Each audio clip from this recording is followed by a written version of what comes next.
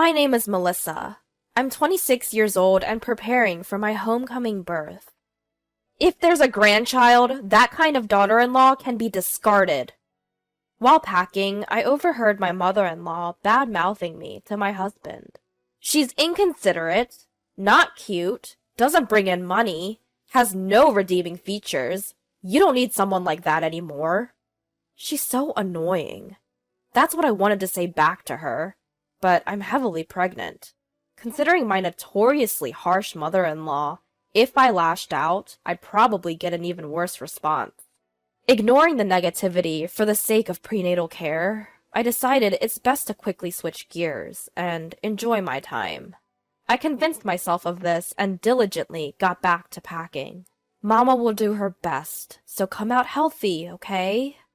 I was excited to meet my adorable baby soon, so during my homecoming period, I energetically took walks and spoke to my belly every day. During this homecoming period, I could spend my time in a very relaxed mood. My mother-in-law, who comes without notice, overstays her welcome, criticizes the food, complains about the nursery I've prepared for the baby, just keeps complaining about anything and everything. Eventually, the long-awaited baby was born safely, and raising her in my cheerful childhood home, even though it was busy, was a lot of fun. Well, I'll be back next weekend. I reported this to my husband over the phone, but I honestly wanted to stay at home a bit longer. But I can't be spoiled forever, and I'm worried about our own home. Since my husband is not interested in housework, I wondered if the house might be a mess. This is going to be your home, Lisa. We need to get back and make it a comfortable environment. As she filled her belly and slept peacefully in my arms, I smiled back at my child. I'm back! Brian? I had a lot of luggage and I pressed the doorbell, hoping someone would open it for me, but there was no response, so I had no choice but to struggle to unlock the door and enter the house, but there was no sign of anyone. I had told him I would be back at this time. As I headed to the living room with that thought, I was frozen in shock by the sight that greeted me. What is this? The room was so cluttered, there was no place to step. It's not just a mess because no one has cleaned. At a glance, it seems intentionally made messy, rather like things had been flung around randomly. Could it be a burglary? Scared, I rushed out of the house. Hello? Is this the police? I just came back from my homecoming birth and my house is a mess. While I was trembling and making the call, my well-slept child began to fuss, and I was in a panic. A familiar neighbor who was passing by became concerned for us, and let us rest in their house for the time being. The neighbor was able to calm my shaking with fear and surprise, and after my daughter drank some milk, she fell asleep again. Before long, I heard the sirens of the police cars, and I returned to my house accompanied by my neighbor. The front door was locked. I got scared seeing the living room and haven't checked the other rooms. When I explained, the police praised me for my good judgment. I learned that when a burglary occurs, it's dangerous to encounter the intruder. It's safer to go outside and wait for the police, rather than checking on your own. I had been in such a rush that I didn't even consider the possibility of running into the burglar, but upon imagining it, I was filled with fear. What? What's this? Why? The police? The shrill voice echoed when I had just finished explaining the situation. Oh, it's a terrible situation, mother-in-law. Our house is in a complete mess. We suspect a burglary, and the police are here to investigate. Before I could finish my sentence, I felt a harsh slap across my cheek, which made my vision sway. Amidst the commotion of the neighbors and police, I instinctively held my stinging cheek, while my mother-in-law, her face flaming red, shouted loudly, "You shameless woman! How dare you do this? A burglary, you say? And to call the police? What were you thinking?" Huh? I was stunned, unable to comprehend the fury of my mother-in-law, coupled with the throbbing pain in my cheek. A neighbor stepped in to mediate, telling her that calling the police is not something to be ashamed of, and that investigating is the police's job, but she wouldn't listen. Really, you're so irresponsible. You might be home for childbirth or whatever, but you left my dear Brian alone and went back to your parents' house. You're nothing more than useless if you're not home doing housework. And what's more, the moment you return, you create a police commotion. You're indeed an outstanding wife. Despite everyone around explaining that it wasn't my fault, she wouldn't listen. I was trying to get my head around it when a thought struck me. Even though we may have been burgled, you're not concerned about any losses? And besides, it's the first time you're seeing your grandchild, yet you don't seem interested. Why? Everyone around me nodded in agreement with my words. That's because... It's not time for that! How dare you blame me without even apologizing? My mother-in-law ignored my question completely, insisting on her point. Mom, what's going on? Brian, my husband, cut into the argument, seemingly relaxed. Brian! You see, listen to this. It's terrible! The appearance of her beloved son put a gleeful expression on my mother-in-law's face. Melissa seems to have called the police. Huh? Why? She's been saying there's been a burglary. There's no way that could be true. Brian, please tell her not to behave so absurdly. Is that so? Hey, Melissa, maybe you understood about the burglary? It's causing a nuisance to the neighbors, you know. The police are also busy, so let's send them home soon. What? I was staggered, but for a different reason this time. Not only my hostile mother-in-law, but also my husband Brian. I couldn't believe he'd say such a thing. Wait, Brian, our house is in a mess. The police are still investigating. We don't know if it was a burglary yet, but the state of the house is weird. We're about to check if anything is missing and file a report. No way! That's out of the question. Brian cut me off with a loud voice. But why? The conversation was not making any sense. I was at a loss, and tears started to well up in my eyes. I came back here, and there was no one, and the room was a mess. I didn't know what happened, and I was scared. I couldn't hold back my sobs. A neighbor was comforting me, and their warmth made me cry even more. Yet both my mother-in-law and husband in front of me seemed annoyed, and simply stared at me. Why won't you understand? My heartache seemed to have reached my daughter, who was asleep, as she started crying too. This only irritated my mother-in-law and husband even more. With the kindness of the neighbors and the concerned look of the police, I ended up staying over at a neighbor's house that night.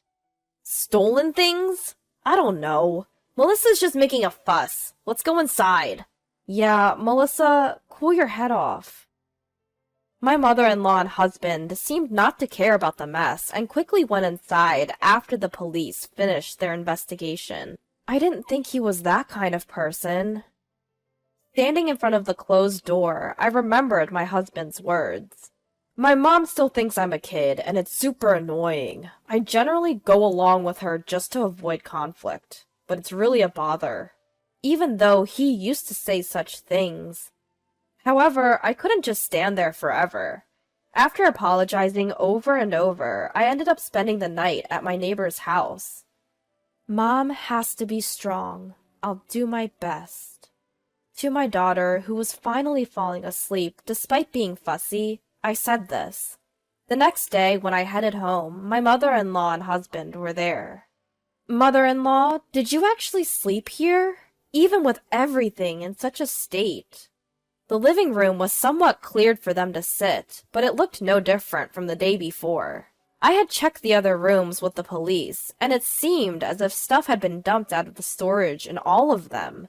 The sight was the same everywhere. Despite constantly complaining about my cleaning, my mother-in-law had actually stayed in the house in that state. And she hadn't started cleaning or anything. She just sat there, looking grumpy. What do you mean, did you actually? I felt sorry for Brian, who was left by his wife, so I couldn't go home. Her words got to me, and I retorted, It's not that I left, it's that you didn't listen to what I was saying. What? What a way to talk! My mother-in-law's face quickly turned into one of anger. Brian cut in from the side. Also, stop making a fuss about a burglary. Has your head cooled off? He said it in a way that was annoying, and I felt something snap inside of me. That's right. It's not like we were burgled, right? I was surprised at how low my voice sounded, but Brian didn't respond to my angry tone. He just smirked a bit. Yeah, finally understood? That's right, you were overreacting about the burglary. Anyway, start cleaning. Brian said it as if it was someone else's problem, and my mother-in-law also raised her chin in a triumphant way. Housework and childcare are a wife's job, aren't they? My mother-in-law said this in a sickeningly sweet voice, as if talking to a pet. What? I'm not cleaning up. It's your mess, so you should clean it up. I shrugged at the two of them looking down on me. What? Excuse me? As expected, they didn't seem to like my response. You're such a nasty wife. Get moving already. My mother-in-law snapped at me, huffing and puffing. What a pain. My husband grimaced. In front of them, I handed them the divorce papers I had received and filled out first thing in the morning. I want a divorce. Huh? My husband blinked, looking taken aback. That's right. I want a divorce. Right now. At that, my mother-in-law snatched the divorce papers and dramatically moaned, Oh, poor Brian! How terrible to be treated like this! As she cradled my husband's head. Just a big baby, aren't you? I had tried to hold my tongue, but my true feelings slipped out. What did you say? Melissa, you? The two of them were so angry they seemed to be on the verge of bursting. Of course, they weren't going to take my word sitting down, but I wasn't going to back down either. Did you not hear me, or can you not understand, big baby Brian? Divorce! Here are the papers. Please sign them right away. I knew it was petty. I knew I shouldn't sink to their level. But at that point, I didn't care. Enough with the jokes. Bow down. Apologize. Angry, they threw me to the ground, pressing me to the floor. Apologize now. Brian's strength made it hard to breathe, and my eyes filled with tears. Then, Melissa! Get your hands off my daughter! My saviors were my parents, who had come running to my aid. Behind them, I saw the friendly officer from the previous day. Coughing and gasping for air, I was relieved, and my strength left me. What are you doing, barging in here like this? Get out, now! My mother-in-law and husband were being restrained by the officer, writhing and struggling. It's no use. You've been caught in the act of assault. With help from my father, I stood up and said with a smile to the two struggling people, Actually, I only asked the officer to come and check on the situation from yesterday. I never imagined you'd assault me. What the hell is going on? My husband growled, but I wasn't scared anymore. We have a baby monitor camera installed in this house for our little Lisa. It's a live stream camera. It couldn't record the person who trashed the room, but... As I said that, both of them visibly relaxed. Huh? So what? It's a live camera, I told you. Right now, the kind neighbor who helped us yesterday is watching over this room. They listened to your conversation yesterday, along with a lot of people at the police station. My parents were watching too. Yes, after my mother-in-law and husband disappeared behind the door yesterday, I started checking the baby monitor camera. The police suspected that this whole break-in thing seemed fishy, perhaps even staged. Not just my mother-in-law, but my husband too might be involved, they said. Unfortunately, they hit the nail on the head. Before I got home, you two messed up the room on purpose, then came back pretending to be surprised, trying to blame me. You were planning to get an apology payment from my parents by saying they couldn't stand a daughter-in-law who would do something so unbelievable. You guys didn't need a daughter-in-law because the baby wasn't a boy. You wanted to kick out an unnecessary daughter-in-law and get a new one, right? What on earth is an affair approved by the mother-in-law? I finished saying everything in one breath, and everyone else in the room was staring at them with cold eyes. It must be some kind of mistake. Huh? No way, I wouldn't cheat. Huh. Melissa? Do you still have more to say? This nonsense. Stop!